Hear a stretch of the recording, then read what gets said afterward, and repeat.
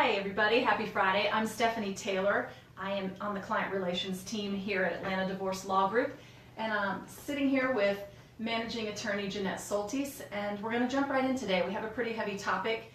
We're going to be talking about domestic violence today. So Jeanette, probably we get started with just defining what that looks like, because it's not always physical. Right. Georgia has a family violence statute that very specifically defines family violence.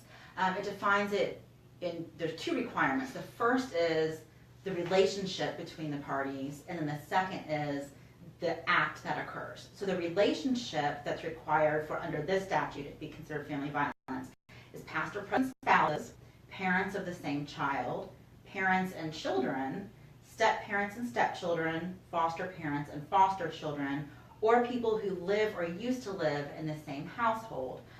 So interestingly, if you're a boyfriend and girlfriend and never lived together under this family violence statute, it's not considered family violence. As far as the act, it's any felony, battery, which battery is physical force against someone's body, Right. assault, which is a threat towards someone that Just a verbal threat. it could be verbal, but the person's scared of physical harm. Gotcha. Stalking, criminal damage to property, unlawful restraint, so not allowing the victim to leave a room or a certain area, or criminal trespass, which is damaging or interfering with property.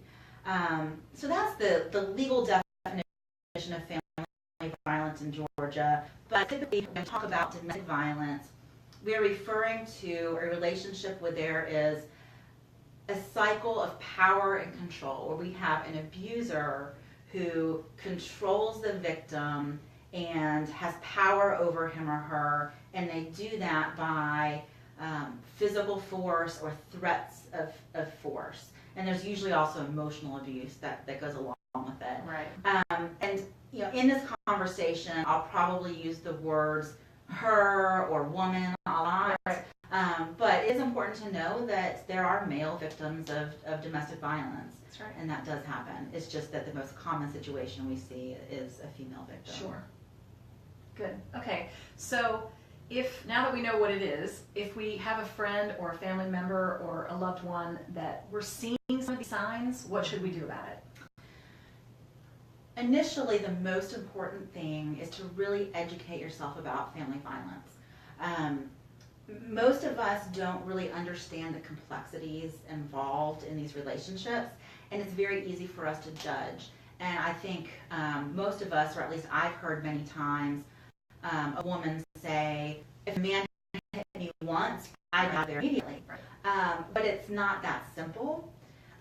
So it's important to understand as much as you can about domestic violence before trying to help a friend. So some of the things to know are, one is, why do so many victims of domestic violence stay in the relationship? Because that is very often the case, is that a victim does not leave. Well, there are actually good reasons for this, and other reasons that maybe aren't good reasons, but help make sense of the situation. One of the reasons victims stay is financial. Sometimes a victim will have no idea where they will go, how they will pay their bills, Sure. Don't have family support, so they've become economically dependent on the abuser, and that can be a scary situation. Another is fear of your physical safety, and something that is important to know is that the most dangerous time, and I don't know if this applies to male victims, but for a female victim of domestic violence, the most dangerous time for her is when she leaves. Right. And I've read a statistic that when a woman is leaving a domestic violence relationship, her physical risk is 500 times greater. Wow. Than when she's in the relationship. Which is a really good reason to stay. Exactly. And because with the abuser, it's all about power and control, and so when the victim's left, he's lost his power. And so sometimes they just lose it, and it becomes a very dangerous situation. And for the children too, if there's children involved. And that's another reason why victims sometimes stay is, and I've seen this many times in divorce cases, with both male and female victims, where the victim has made a conscious decision to stay in the relationship, because they know that if they are always present when the kids are around this person, that they're able to give some level of protection. If you divorce, then you're not around, and you aren't necessarily able to protect the children. And the kids may still have visitation with this person. Exactly. So that's another reason why people stay.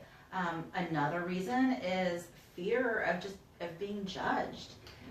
We have, especially in this day and age where we all worry so much about how we present on Facebook and Instagram, and we want this to paint this perfect family picture. Right. And domestic violence is not limited to a certain socioeconomic group, or so there's a lot of shame that can be involved. Exactly. Have you ever seen the show on HBO, Big Little Lies? No. It's fantastic. Sarah Khaki and I talk about it a lot. And one of my favorite character in that show is played by Nicole Kidman. And she is an attorney who now stays at home, and she is in an abusive relationship. Wow. And the show does such a good job showing the complexity of this, because she is rich, she's smart, beautiful, she's strong, she's gorgeous. But it shows the way that the abuser just manipulated and kept her in the relationship, and why it was so hard for her to leave. And that's something else to know about is the cycle of domestic violence. Mm-hmm. So a relationship where there's recurring domestic violence typically, almost always, goes through a cycle. And it begins with tension building over typical husband and wife stuff. Exactly. But then the abuser snaps, and there's a physical abuse episode, or a different type of abuse. But there's an abusive episode, and then we see this with clients all the time. Client will hire us covered in bruises. I have to get out of this, and then they end up reconciling, and that's because the honeymoon period starts. Right. And very often abusers are very charming and charismatic and convincing. And when this honeymoon period starts, they apologize, they make promises, they shower you with gifts and make you feel loved. Sometimes they'll also gaslight. Gaslighting is a form of emotional manipulation to make the victim question their own perception and sanity. Right. And I know I've been in situations with someone we all have. where at some point I asked myself, am I crazy? And that's what gaslighting is. Right. So that's another dynamic with domestic violence. Right. Totally changes your perception of reality. You question everything. So it can make it very hard to leave. It's also possible that a victim's reached out before and not gotten the support that they had hoped. Unfortunately, sometimes when a victim calls 911, I have seen the victim get arrested in situations, and this isn't the norm, but it does happen, where like I said, abusers are often very charming and convincing. Sure. And that can place the victim in fear that this person's going to convince the police and everyone else, and so that's pretty scary. So the first step to help someone is to educate yourself, and then don't judge. Do sit down and talk with a person. Don't confront the abuser. Right, never confront the abuser. Yeah, but talk to your friend, and don't tell your friend you have to leave. Don't say, do not push them to make the decision that you want them to make. Just let them know that I'm concerned about you. I'm here for you. What can I do to help? Sure. And one of the best things that you can do to help someone is to help them form a safety plan. And a safety plan is just a way for the victim to stay safe. It doesn't even mean that they're necessarily leaving the abuser. You can have a safety plan that's to keep yourself safe within the relationship. Wow. You can have a safety plan this is my safety plan for exiting the relationship. You can have a different safety plan if you're pregnant, because there's going to be different concerns about keeping your baby safe. Right. So if you're pregnant, you need a different type of safety plan. If there's kids, children. Exactly. So what does that look like? Okay, so in a safety plan, some of the things that are considered. For example, if someone wants to stay in the relationship and they're just trying to keep themselves safe within the relationship, They might need to identify safe areas of the house where they could go And lock themselves in or something until Exactly. he calms down. The safety plan might say that if violence is being perpetrated, for the victim to stay away from the children because you don't want to bring the abuser over by the children. Right. Making yourself a small target, like balling up into a ball and covering your head and neck can be helpful. Having a code word for the children. So the children know if you say this code word, they're supposed to run to the neighbors and call 911 or run to the neighbors and stay there until mommy comes and gets you.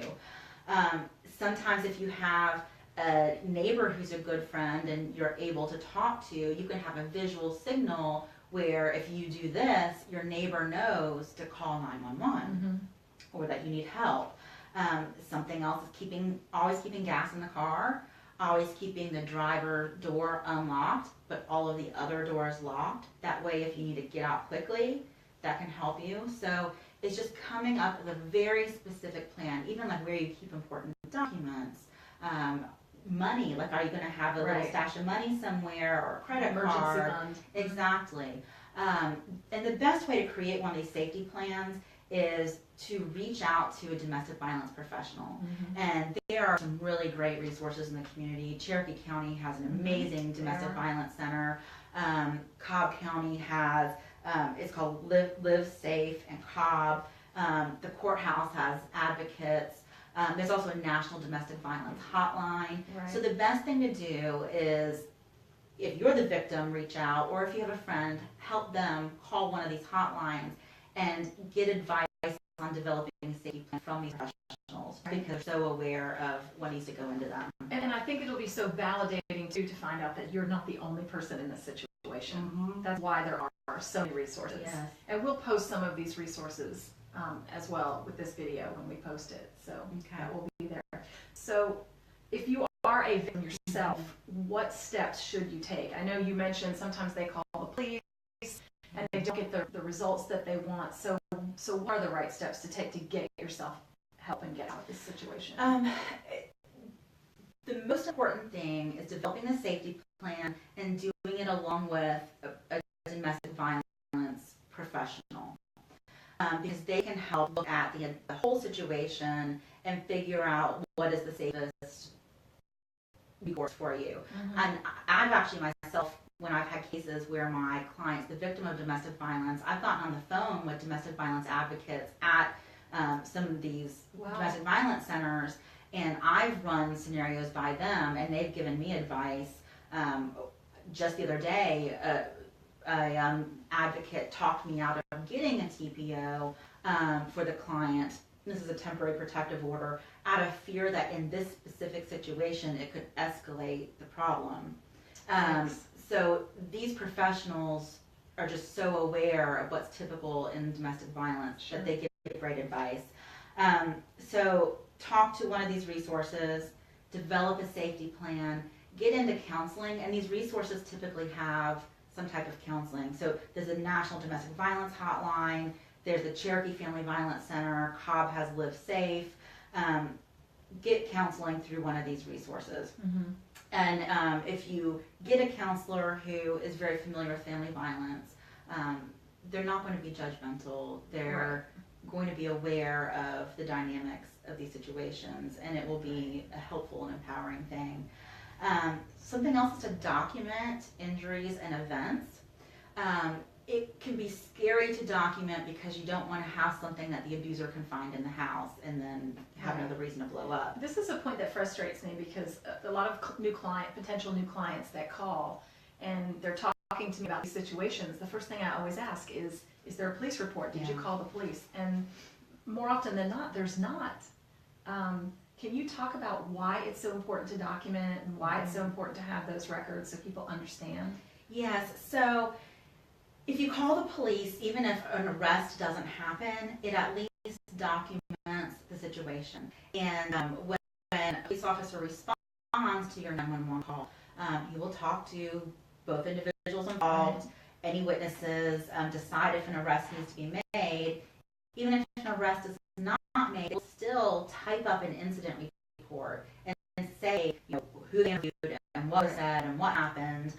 So especially if this is a repeated occurrence, if we have 10 police reports, then that is helpful in building a case.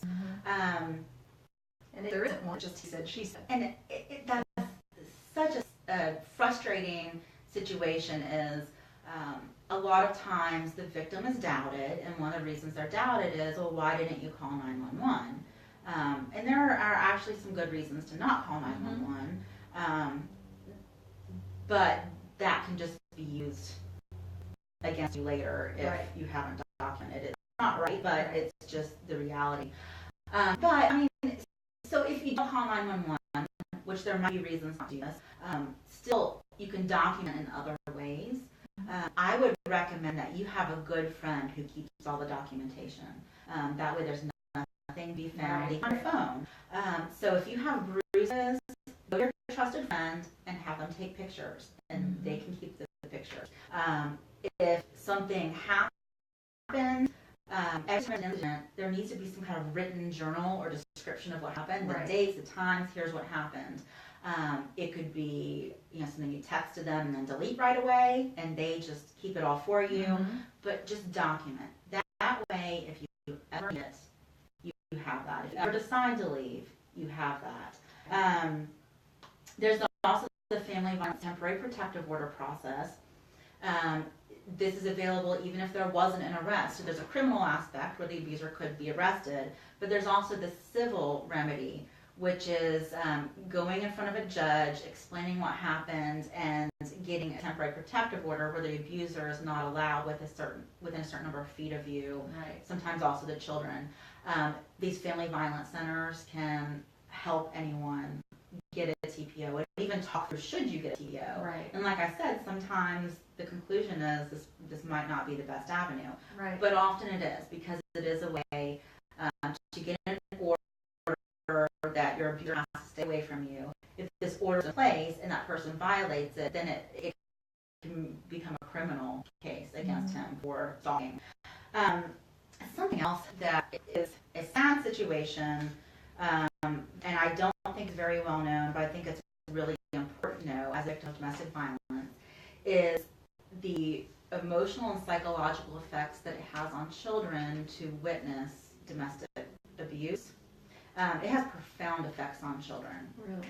So much that often a victim of domestic violence can, I want to say herself because it's usually the woman, where a victim of domestic violence can find herself losing custody of children, not necessarily to the abuser, but to the state, for what is called failure to protect the children. And this is not something that doesn't even occur to most people as a possibility. I've seen it happen many times, especially when I represented DFACs in juvenile court, where the police are called, or a neighbor sees, or there's this awful domestic violence situation, and the children may not have been hit ever, but they've heard mommy yelling, they've seen some things. So if police respond and there's children, it's very possible that they're going to call DFACs, or a neighbor might overhear them call DFACs. And then the children are talked to, and if it's learned that they are repeatedly exposed to seeing the domestic violence, I've seen those children be removed from the home and going into foster care. So that's also another consideration for victims, both the emotional long-term effects. If you're staying to protect your kids, you have to think about protecting them not just physically, but also emotionally, and also what you might be risking by not doing something and having this exposure to violence. Not to mention what you're teaching them and what a relationship would look like and what their future relationships are supposed to look like. Yeah, exactly. And it's a sad situation where a lot of times it's victim blaming. It's not the victim's fault that the children are exposed to this. It is the perpetrator's fault. But it's just the system, and often the victim does get faulted. So that's just something to be aware of. Yeah. Good. Anything else? No, just different resources in the community are great. The National Domestic Violence Hotline or any of the local family violence centers. Just Google. So, yes, and so there are so many resources out there. So just Google and educate yourself. And most of these hotlines are 24-hour hotlines. Call, talk about a safety plan, and just get educated on what the best thing is for yourself or to help your friend. Good, great. So at Atlanta Divorce Law Group, our motto is happily ever after divorce. And so part of our promise to our clients is to make sure that you're getting through this with as least drama and as much happiness in the end as possible. So we have an amazing network of counselors, family counselors in all different genres and specialties. So if you are going through something like this, or if you have a friend, please reach out to us. You can private message us or go to our website. All of our email addresses are there on our About Us pages, Jeanette, me. And reach out to us. We'll help you get plugged into the right person here locally. We post this video. We will be sure to put links to the help centers that Jeanette mentioned, as well as some other local resources and national resources. So we're going to make it as easy for you as possible. So please don't hesitate to reach out to us. So thank you for joining us next week, next Friday. We're going to have a life coach with us. She's also a really good friend of us, with us here at Atlanta Divorce Law Group. Her name is Becky Berry. A lot of times we refer clients to her to help them get a fresh start as they are leaving their old life and getting started in their new one. And sometimes it's great to have somebody to guide you through getting started. So thank you so much, everybody. Have a great Friday. Thank you.